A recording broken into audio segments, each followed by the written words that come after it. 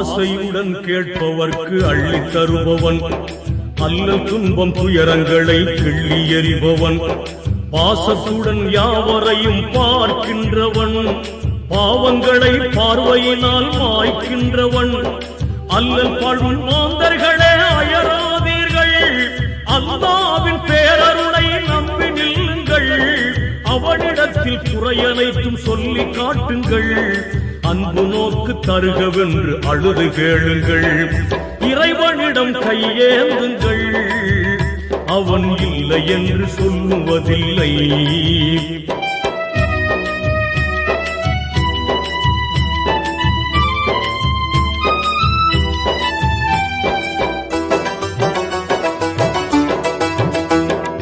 தேடும் நேயர் நெஞ்சங்களில் குடியிருப்பவன், தேடாத மனிதருக்கும் உணவளிப்பவன்,